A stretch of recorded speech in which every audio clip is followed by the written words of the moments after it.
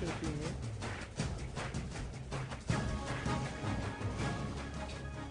This is Newsroom. Hello and welcome from Johannesburg here in South Africa. I'm Evan Hansen. The show is live and broadcast from our studios in Auckland Park. We're also streaming live on YouTube as always, with the whole show available on demand on our YouTube channel. Now today we're back in Cape Town for the World Economic Forum on Africa. Francis Hurd has a cracking interview lined up for us shortly. We also meet an impressive young man that's been selected for the Obama Leadership Initiative. He's here from South Africa and we'll have a chat to him shortly. We also get an update on the situation in South Sudan. Then we'll talk to missing children in South Africa, as a young child goes missing every 5 hours in this country. We close with 80s legend Jennifer Rush on this Friday. Remember the power of love? That's sort of my era. She's starting a world tour here in South Africa and is joining us this morning. But first, let's get the day's news from Anindo Mal.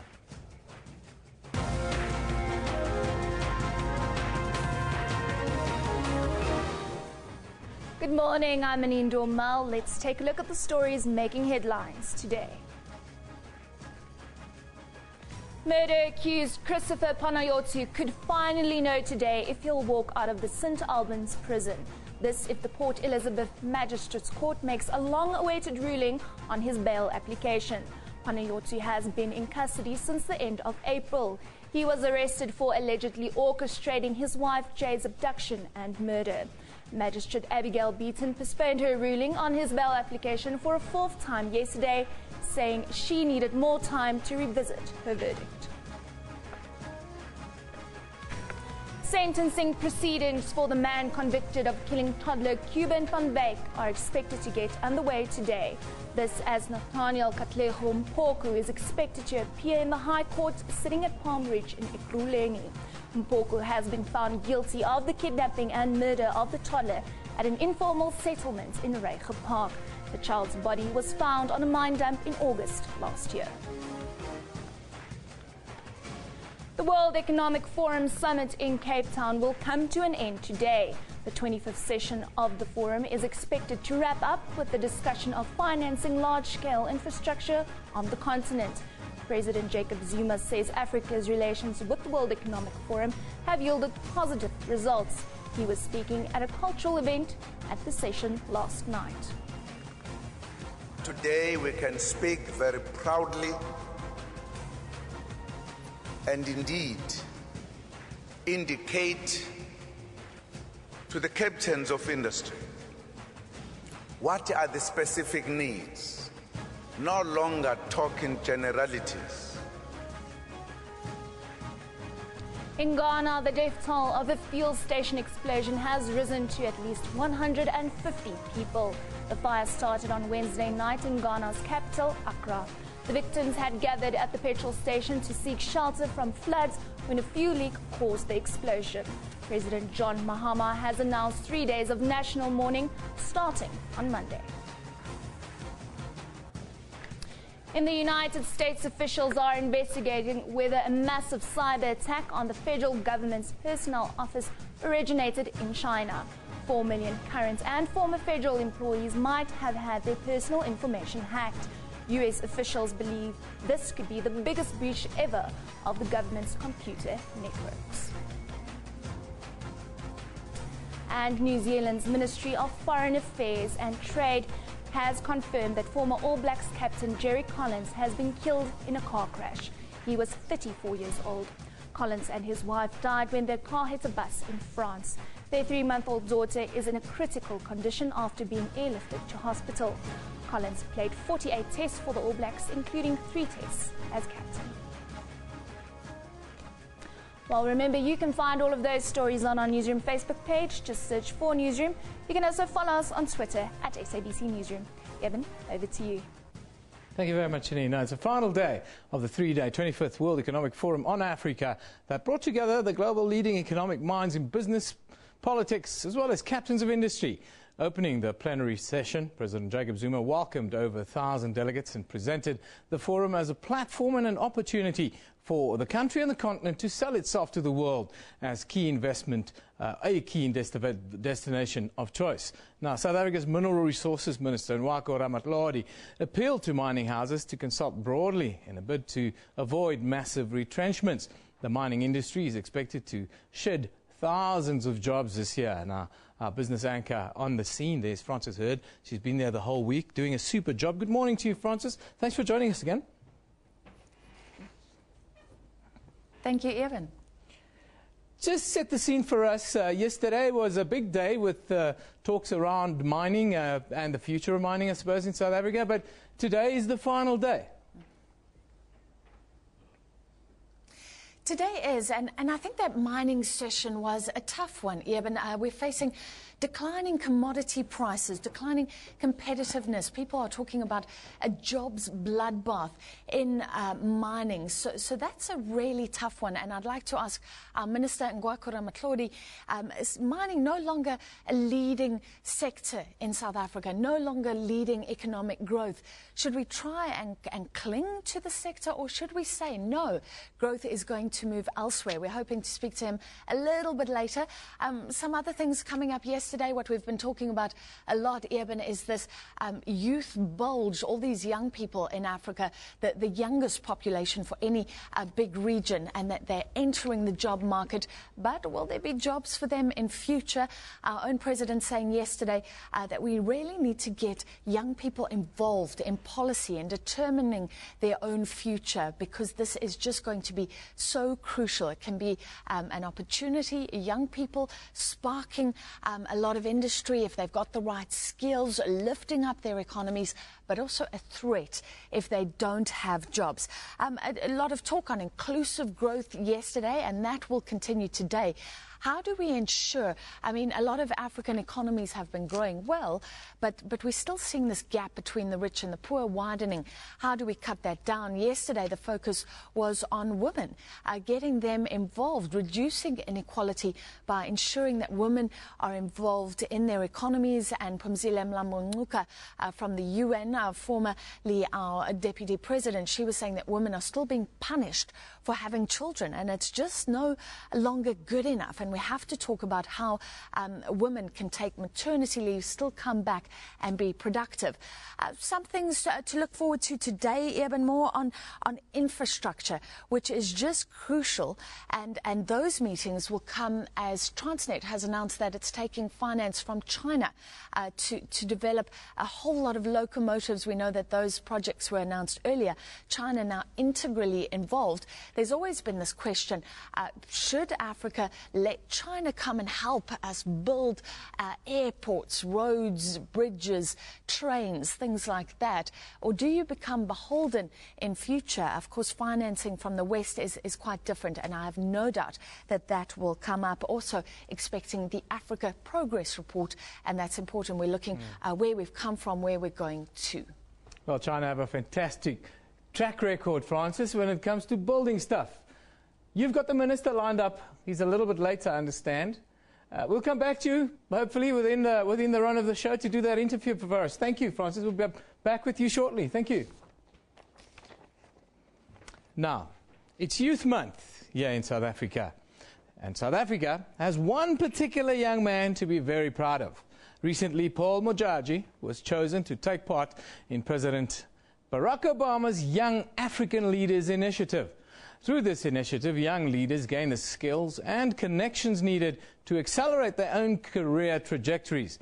They are also encouraged to contribute more robustly to strengthening democratic institutions, spurring economic growth, and enhancing peace and security that is so much needed here on our continent. Now, Paul is currently an entrepreneur and official brand ambassador to the city of Tshwane. He joins us here today. A very good morning to you, Paul. If I can just get myself seated here for a minute. Thank you for joining. Impressive CV. How are you doing today? Tell us about all these things. How has your life and your world changed around this? Thank you for having me, Evan. My life is fantastic. I couldn't be any better right now. Now, Young African Leaders Initiative. Sure. We always hear that Africa has a leadership crisis or problem. We've seen in Burundi now that the turmoil that's been caused by a president who wants to extend his office into a third term, and that was not agreed upon previously. Absolutely. How do we, as Africa and Africans, come to terms with the leadership questions that I suppose we need to answer? That's a very good question, Eben, and I think a program like the Young African Leadership Initiative speaks directly to that because human capital is really one of the strongest assets that we have at this continent, particularly youth human capital. And I think a big part of our solutions and a big part of us beginning to resolve some of these issues that have plagued Africa for years is to somehow redirect our focus towards the youth. So we are hoping that we can begin to not necessarily look back at some of the issues that have plagued Africa for so many years, but begin to focus towards the future, investing in the youth. Investing in the youth is one thing I want to ask you. I have the tough job. I've got to ask the questions that people are actually asking me. Is capitalism the future for Africa, or do we need to look at some sort of hybrid model that can solve our social challenges? I think we're getting a lot political here, even. I really think we are. But I do believe that, capitalism, to a large extent, is the answer to Africa. More than anything, I think entrepreneurship is really the answer that we need to sort of encourage a lot of our young people to sort of look towards as we try and address some of the huge economic issues that affect Africa right now. Are you a believer that this is going to be the African century and that the growth rates that we see in some of our neighboring economies and so forth is an indicator that it is? And if you do think so, what are the challenges we need to overcome to make it the African century? I do believe that it is the African century, and I think if you look at a lot of the global investment that's been plugged towards Africa and how there's been a lot of international focus that's been put on Africa, certainly, like President Obama did feel that, it was time that focus is put on Africa as a continent one, and that one of the strongest ways that could be addressed would be through using its youth, who are going to invariably represent its future leadership. So more than anything, I do believe that the world is looking to Africa for answers, but the world is also looking to Africa to be part of the whole big international global development. Tell us about yourself now. Sure. Choreographer, writer, entrepreneur, brand ambassador to the city of Tshwane. Sure. What does that say about you?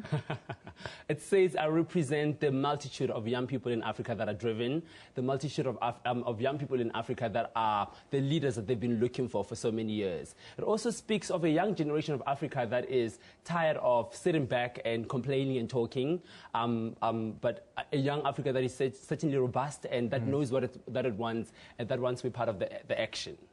Now, what inspired your feature dance form, Hear Me Move? Hear Me Move was inspired by, for once, Africa also having its own dance film that can stand. Because we love to move, we love to dance. That is who we are, isn't it? Absolutely, Yemen. Youth Month here in South Africa now. It's a time when we reflect on the successes we've had and the impact that young people should have on the future of South Africa. Are you happy with the contribution that young people today are making, say, compared to young people 40 years ago who, in a way, set us free a little bit? Absolutely. I think we have a lot to be proud of as young Africans. I mean, we've got young men like Trevor Noah right now who is holding it up in that space. So I do believe that, the young people of today, unlike the young people of 1976, have got a different trajectory in front of them. They've got different challenges that affect them. I mean, we're speaking economic empowerment for young people right now. Education in Africa is still a big issue. And for me, I think it's really fascinating to see that we also have a huge amount of young people that are contributing towards solutions for some of these issues. What about the challenges of materialism? Do you think young people are battling to deal with the lures of being overtly materialistic? Look, yes and no. I think we have a huge number of young people that are ambitious. So on one level, there is a level of ambition that is spurring and driving a lot of our young people, which is positive.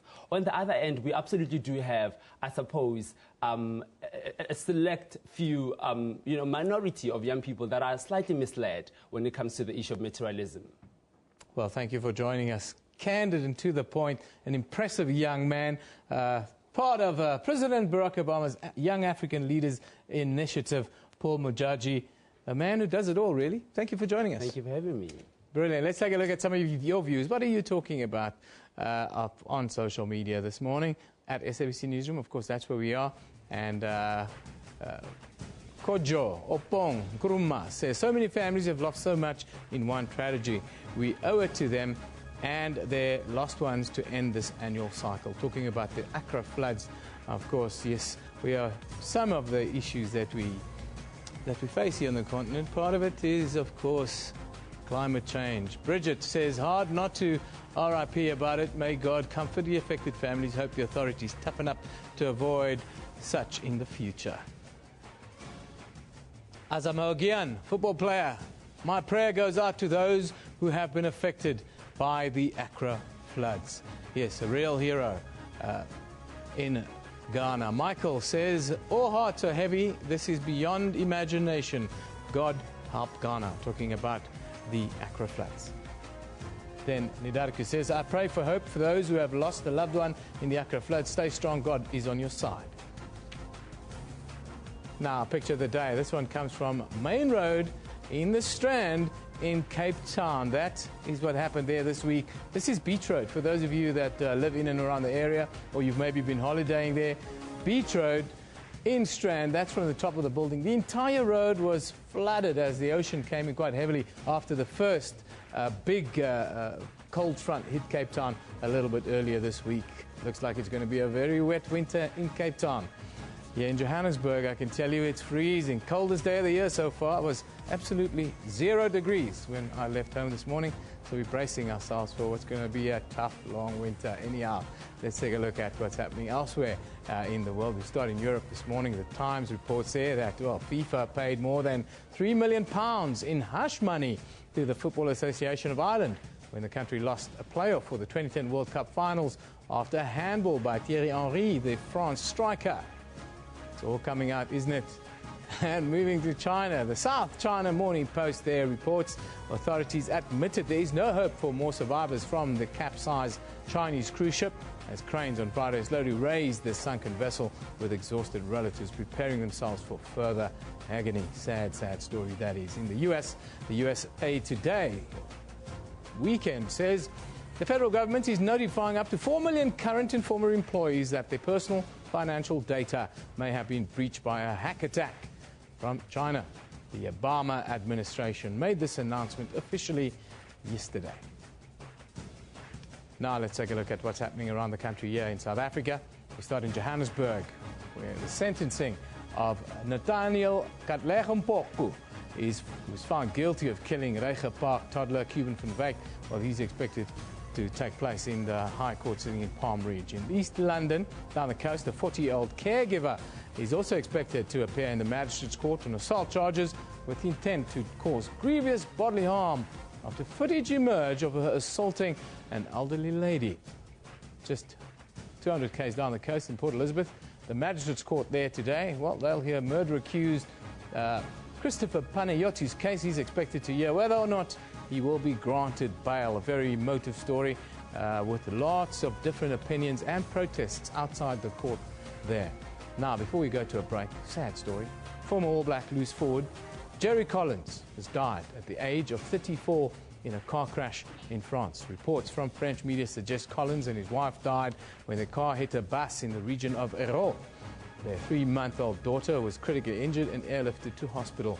Collins was known for playing 48 tests for the All Blacks between 2001 and 2007, as well as 85 matches for the Hurricanes and 47 for Wellington. Collins recently signed a contract as a medical joker to play in the French Pro Division 2 with the Racing Club of Narbonne.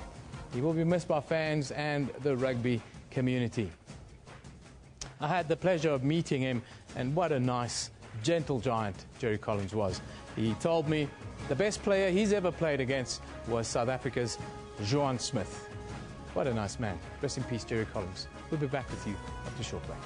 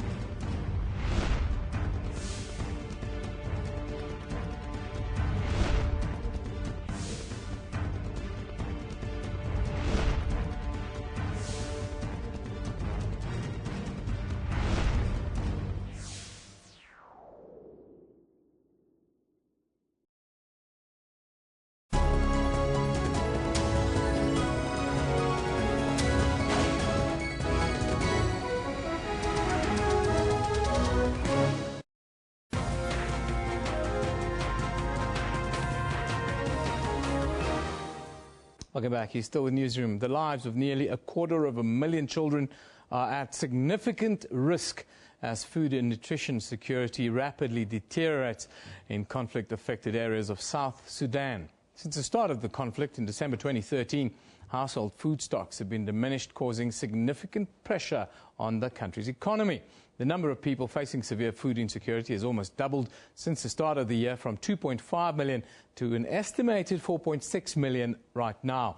Amongst the starving, 874,000 are children under the age of 5 years old. Now, joining us from Nairobi in Kenya is the UNICEF's Regional Chief of Communication for Eastern and Southern Africa, James Elder. Very good morning to you, James. Thank you for joining us on the line then. My pleasure. Thanks for the interest in South Sudan. Now, 250,000 children are directly at risk of food and nutrition scenarios. Just quickly tell us, how did the situation get to this dire point so quickly? Yeah, it's a good question. I think the point to start with is that, as you say, 250,000 children. These days we are so constantly bombarded with numbers of this scale, and it's hard to give them context. Of course, the context of this is that's 250,000 kids, little kids too, under the age of 5 children, as you could imagine. Whether they are in feeding centres or whether they are simply out in the bush somewhere. So their scenario is literally on the precipice of life and death. How it got that way, two things really: conflict mostly, but of course South Sudan's, the situation for children in South Sudan was never great. It's the world's newest country. It was coming out of conflict. It had seasonal problems in terms of food insecurity. But having said that, it was making great strides in terms of education, in terms of making sure that children were nourished. It had some of its best numbers in 2013 in terms of numbers of kids in schools, in terms of numbers of children who were getting the right nourishment, because mums and dads were being able to do what they wanted to do, which was earn an income and keep their kids healthy and well fed. Unfortunately, that all changed 18 months ago when the country slid into conflict, and so we now have, to add to those crazy numbers, there's 800,000 South Sudanese kids somewhere across their country, displaced somewhere, living day to day, moving, trying to avoid conflict.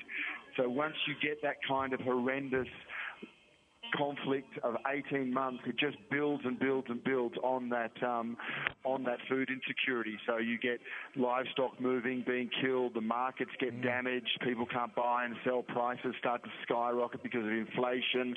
Again, there's 1 million kids on the move, so they're fleeing. So unfortunately, it's a perfect storm, and children are in the epicenter of it. Can you tell us about the plan that you guys are putting in place to assist those there? I understand you're working on a revised response plan now.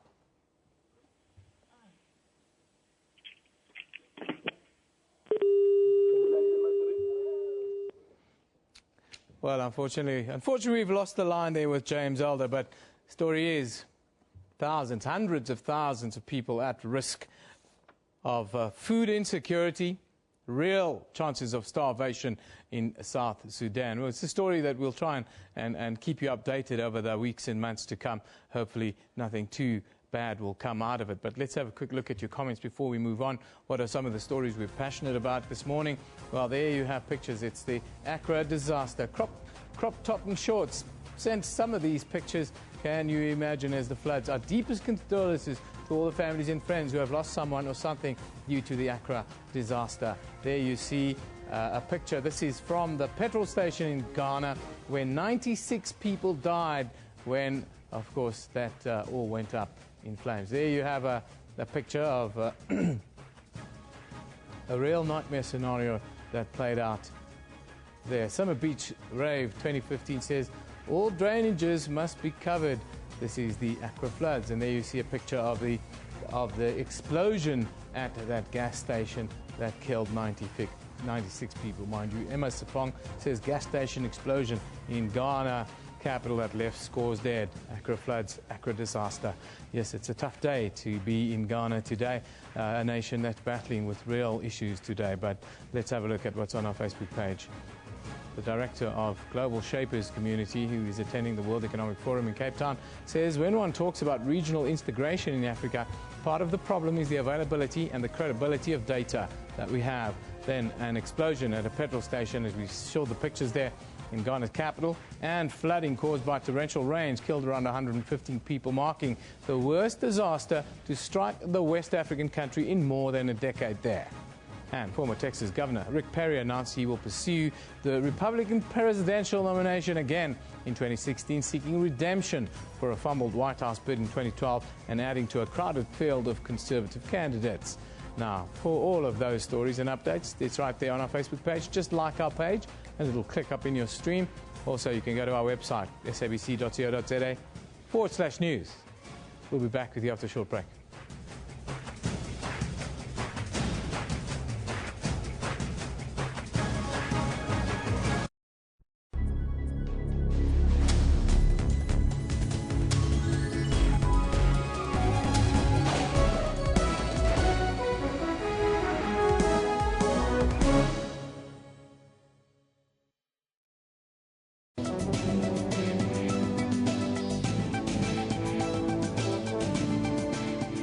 It is important for everyone to know food safety practices and make sure that their food is prepared safely from farm to the plate. Who ensures that there's compliance? In terms of all the abattoirs, they have to be registered. So when they are being registered, they are actually audited fully to make sure that the structural requirements as well as the hygiene requirements are met. Most bacteria and viruses cannot withstand the normal cooking temperatures that we use to cook our food. The bigger retailers cannot be seen as being unsensitive to the food safety requirements. There are many consumers that actually go shopping with a cooler box and ice packs so that they don't break the cold chain, because a few hours outside the temperature that it should be already shortens the shelf life of that product. Join me on Health Talk every Saturday morning between 9 a.m. and 10 a.m. as we unpack current health stories.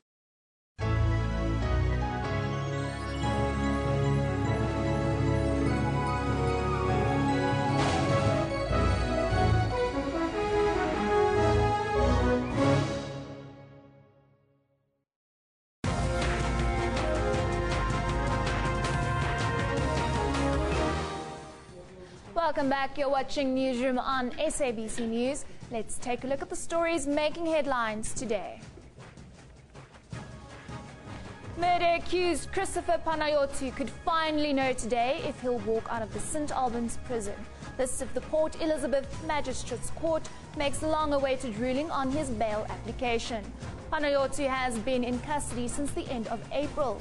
He was arrested for allegedly orchestrating his wife Jade's abduction and murder. Sentencing proceedings for the man convicted of killing toddler Cuban van Wyk are expected to get underway today. This as Nathaniel Katlego Mpoku is expected to appear in the High Court sitting at Palm Ridge in Ekurhuleni. Mpoku has been found guilty of the kidnapping and murder of the toddler at an informal settlement in Reiger Park. And New Zealand's Ministry of Foreign Affairs and Trade has confirmed that All Blacks captain Jerry Collins has been killed in a car crash. Collins and his wife died when their car hit a bus in France. Their 3-month-old daughter is in a critical condition after being airlifted to hospital. Well, remember, you can find all of those stories on our Newsroom Facebook page. Just search for Newsroom. You can also follow us on Twitter at SABC Newsroom. Yevon, back to you. Thank you very much, Anine. Now, we know her as the voice of the timeless classic, The Power of Love, which is listed, mind you, in the Guinness Book of World Records as the best-selling single by a female solo artist in the history of British pop. Later this year, she'll kick off her world tour here in South Africa. And she, of course, is international singing superstar, 80s icon, legend. I don't know if there are enough words to describe Jennifer Rush. Well, she's with us in studio this morning. That's a mouthful. Good morning. Thank you. What a nice announcement. Well, it's wonderful. I come from that era, you know. I'm one of the older guys around here, so I grew up. That was kind of in my prime, you know, the sort of 80s when people still used to sing. All right. But thank you very very much. Wonderful to have you. You're going to kick off your world tour in South Africa. Yes. Is there any particular significance? Do you have any special affinity with us? I have a big affinity. I've got extended family here. I've got friends. I'm going to, for the first time, use South African musicians to start it out in October when I'm here. We did auditions, I think, in January, February for the musicians. There are great musicians here. Yeah. And we're going to be auditioning singers this week. Oh, that's amazing. Yeah. And that's why you're in the country right now? Yes, I'm going to be here for a month to work with the guys and the ladies. That's amazing. There's something that we have, people, singers such as myself, we have a nice, good-natured game. Yeah? Called Swipe the Musician. I like that. I'm serious. So the two, I swiped them the last time out. Yeah? And this time out, somebody else, no names, got two of my guys. So I thought, and sometimes, you know, the musicians, they all don't get along. There's a lot of drama with you guys backstage. Yeah, they are. There can be. You know, anyone that I find that works either in front of a camera or on a stage, they're always a little bit more noise, I think, going on. Going on in the background. Or is it in their heads, maybe? You mean in my head? No, I'm not accusing you of being crazy. But I have that's my own how it works. So I'm thrilled that this is working out. It's a great idea. And, yeah, so that's what we're going to do. Therapy helps is what my therapist tells me. But I want to ask you about selling 50 million albums during what I thought was probably the most competitive period in music back then. Really? I think so. I mean, all right. It's very competitive now, though. Yeah, but you don't have to write your own things. You've got teams of writers that write things. Girls, we own the world. You know, it's like that kind of thing. But somebody wrote that. Yeah, a team of 6 people wrote it. 4 people checked it off. You're right. You know, 4 people checked it off, and there are only 10 words, I think, in the entire song. But you remembered it. I remember it because I think it's so crazy. If you think that, you know, one of the great tracks of all time, Bohemian Rhapsody, for instance, with Freddie Mercury, Freddie wrote it, performed it, did everything. Yep. Doesn't that qualify you as a musician to be writing and doing your own stuff and singing? I'm a songwriter, and I'm trained. Sure, I read music and all of that stuff. So today is a little bit competitive, I think, but maybe because of the way that the business fits together. But the business fits differently together with the internet, so you have to actually think much more multitasking as far as getting music out. It's a tough business now, as it always was. Is it tougher to get into it? I don't think so. I don't think it's tougher. I just think that not normal people, but the fans and people who have other great jobs are noticing and realizing that it's not an easy job. They think it is, and we go on Pop Idol and this Idol and The Voice, but what happens afterwards is not always a for sure thing. Now, you've collaborated with all the big names pretty much. Which one was the most outstanding collaboration that you've done in your career? They were all really outstanding because they happened at a certain time. You know, they didn't all happen at once. So the first one was Elton John, and he was great, and that led me to Michael Bolton at another period in the 90s, and then with Placido Domingo, which was a surprise but was great, and then Jose Carreras. So it's been wonderful to work with these people. And I won't work with everybody, but a great singer always. That's amazing. Now, the shows that you're going to be running in South Africa from October, I think October 9 it starts, I see. Good. I've got the list. It's early. I've got a very good producer, that's why. Intimacy, I think, is part of or it's going to be very intimate, the kind of settings. Is that the kind of idea that you have behind the tour? We don't want it too intimate. Are you suggesting something? No, they're just not going to be arenas. So we'll have up to, I think, 1,000 people each night, and that's a wonderful thing. What's your expectation from your world tour? You know, back in the day, it was probably a little bit more pop star with a lot more chaos. This is probably going to be a little more quiet with a lot more love, I would think. Oh, no, I always loved, even when in the 80s and the 90s. Yes, no, I loved all of it. I love it now. It's more of a routine, which is nice.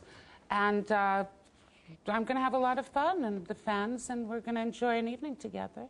You're not just going to be in South Africa. You're going to be in Namibia. You're going to be in Zimbabwe. Isn't that wonderful? That's wonderful. Yes. I want to get the whole area at once. Well, it's going to be fantastic. From in Bloemfontein you start. That's so interesting. Starting in Bloemfontein on the 9th of October, exciting. Your world tour. And your world, just quickly before we wrap up, your world tour, which countries are you going to visit after South Africa? All of them. All it's of them. going to be great. It's going to be a great, fun year. It's going to be an arduous, Yes, long year on the road. I wish you all the best you have for it. breaks, you know, especially now if you say from the 80s, from then till now, I've got it figured out. How to take nice breaks and days. You need to. You have to rest your voice. There you go. You need to take the break, take the holiday, refresh yourself, because it can be taxing to be live on. Very taxing, and also flying. You know that yourself with the jet lag. Yeah, that's really a killer. I'm not allowed to travel that much anymore. My wife tells me. She gets lonely. Yes, as you do, I suppose. Sure. Well, all the best with the World Tour, with the start of the show, and the next month you're going to be working quite hard here in South Africa. It's great to have you here. Thank you. And all the best with the shows. Jennifer Rush. My pleasure. A proper legend, yeah? Legend is a word that's overused in the media and very often here in our country. But let's move on now to the World Children's Day, or International Children's Day. Now, it was celebrated this Monday past, but as a country, we have very little to celebrate, don't we? According to the South African Police Service, the Missing Persons Bureau for 2013, a child goes missing in South Africa every 5 hours. Since 1994, more than 800 of South Africa's missing kids have never been found, due to a growing global demand for children to be traded into forced cheap labor or for sexual exploitation. The International Labour Organization estimates that 1.2 million children disappear every year. Now, from Cape Town, we are joined via Skype by Nikki Reeder, who is the National Coordinating Officer of Missing Children South Africa. Very good morning to you, Nikki. Thank you for hanging on the line there and joining us today. Based on the cases... Good morning. Thanks for having us. Okay, there's a bit of a delay. Nikki, don't talk. Let me just ask a question. Reported the cases to the organisation. Is there a peak time of the year where kids go missing in South Africa? In the last year, we saw October with the most cases of 87, but generally we do see a spike during the holiday seasons, school holidays and the summer holidays. Now, for some time we hear that you have to wait 24 hours before you can report somebody missing. Shouldn't we be thinking about changing this, or how do you foresee this process?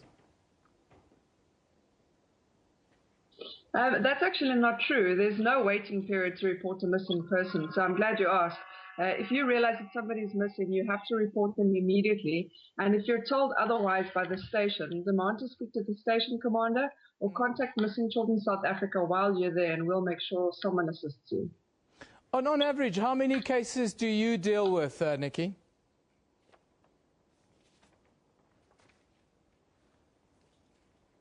Almost 600 cases a year, of which about 240 are children's cases. Now, if you had to give advice to parents to ensure that their kids are safe, we live in a very high octane time where our children are often away from us, and it's not always possible to be around. What advice do you give parents? I think the most important message I want to give them, and it's one we've been giving all week, is education.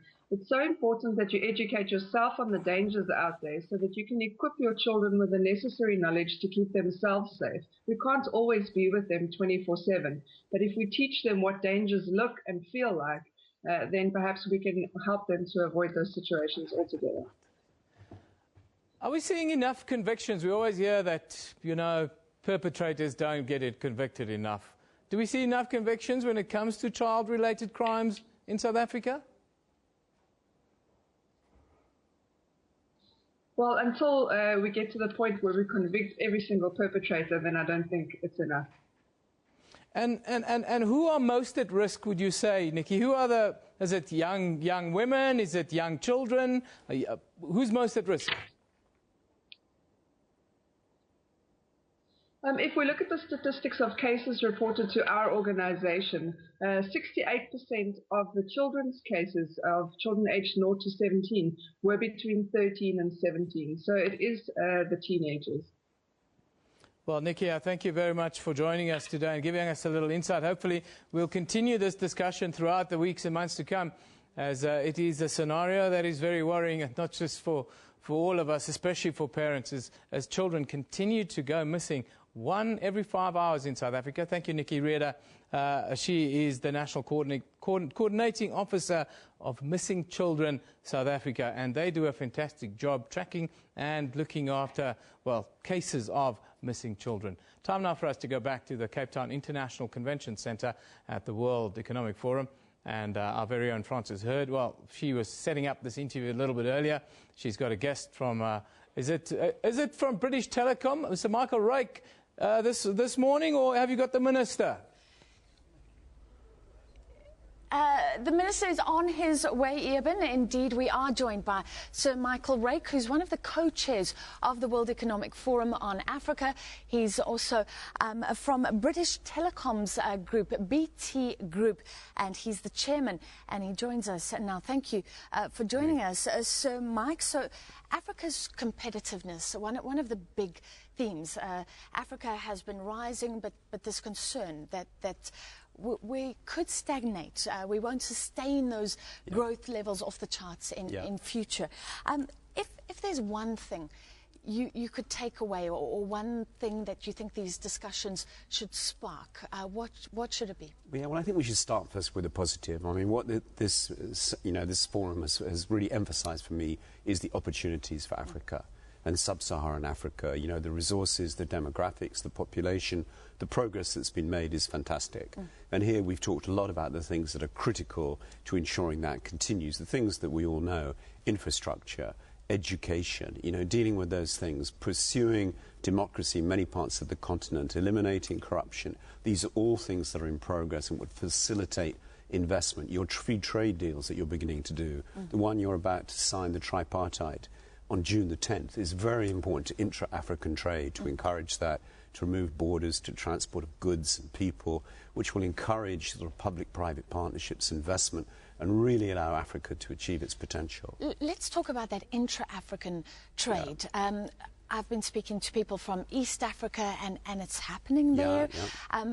But a lot of commentators say we've been talking for years and years about linking up the different regions, and it's not happening. Do you think there's political will? And I mean, it's very complicated. I walked into a forum yesterday, and somebody was saying, look at the EU. Things seem to be unraveling. Exactly. So well, how do we push this ahead? Yeah, I mean, what I've seen here at the forum and at the breakfast this morning, co-chaired by President Zuma and former Prime Minister Gordon Brown, is the intense political will to move forward across the continent, the North Corridor, the Central Corridor, to really make these infrastructure investments that's so critical.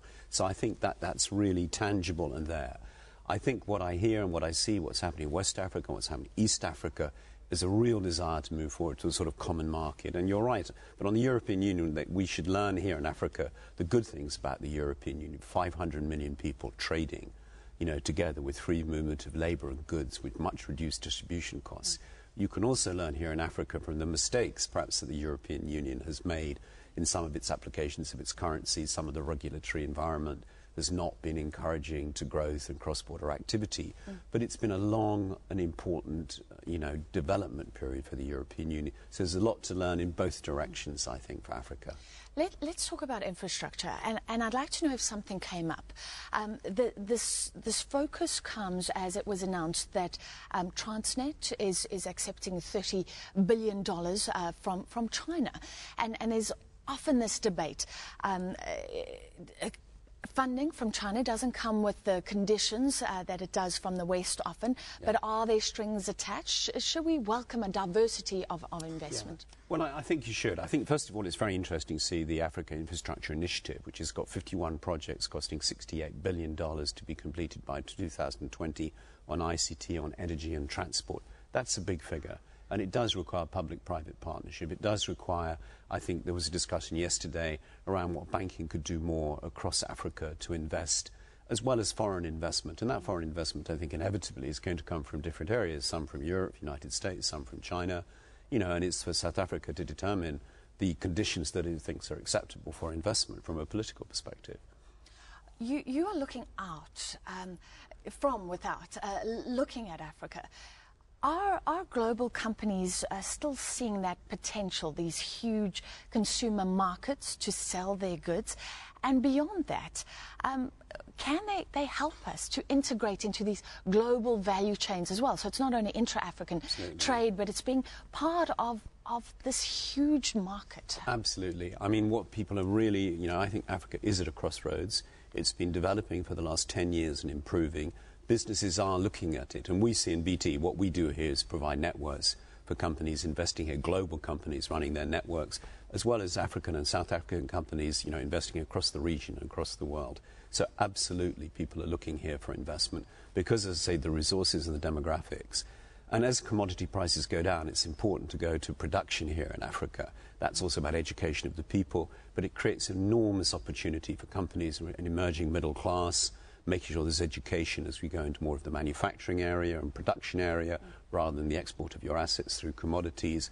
And I think there's a huge interest in Africa in the south. And there's some very important aspects. The English language is very helpful for inward investment.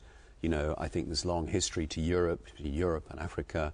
So there's lots of connections can make this work. There's a lot of interest in the United States, as you've seen, a lot of interest from China. So I think Africa has an enormous amount going for it. It has significant amounts of the world's undeveloped land. And when we look at the need to feed the population, there's enormous opportunities in agriculture as well as with your large workforce. But we've got to deal with the very high levels of youth unemployment, which is about education and investment and productivity, ICT, that allows that to happen. Well, let's talk about ICT because we're still not seen as innovative. Yet I think there are things happening. The South African banking sector, quite innovative. There's this opportunity, it's been said, to leapfrog, so people don't have fixed lines, but everybody's got a cell phone and cell phone banking and retailing. Exactly. Are you seeing positive signs? No, absolutely, and you're following exactly the same patterns that we see in Europe and the United States, which is, huge demand for ICT, for video, for data, through, smartphones, through everyone's demanding broadband.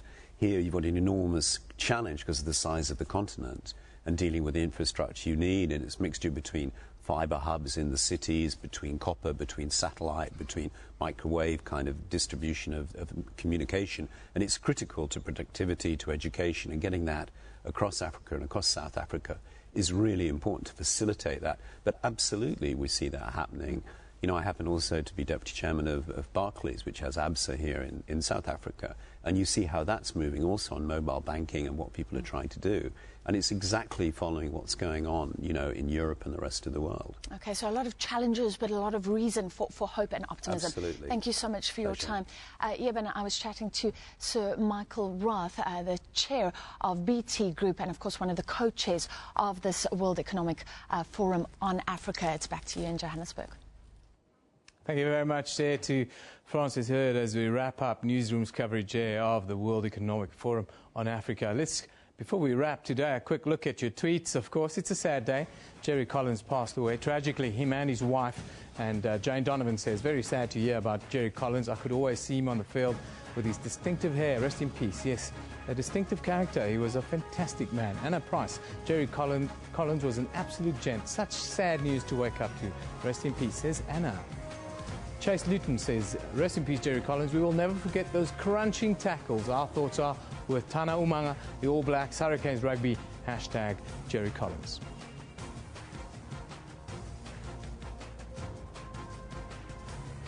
Yeah, it's a very sad day. It's somebody that I grew up watching and respected a lot. Not always when he played against the box, because he was a hard nut, one of the toughest men ever to play the game of rugby. I salute Jerry Collins today. Now we're going to play out with Jennifer Rush's Ring of Ice. Remember, she kicks off her world tour here in South Africa on the 9th of October in Bloemfontein. Look for that interview on YouTube on our digital channel if you've missed it. The show is broadcast live from our studios in Auckland Park, Johannesburg. We love it in the morning. You don't have to hide the trace, emptiness left it's my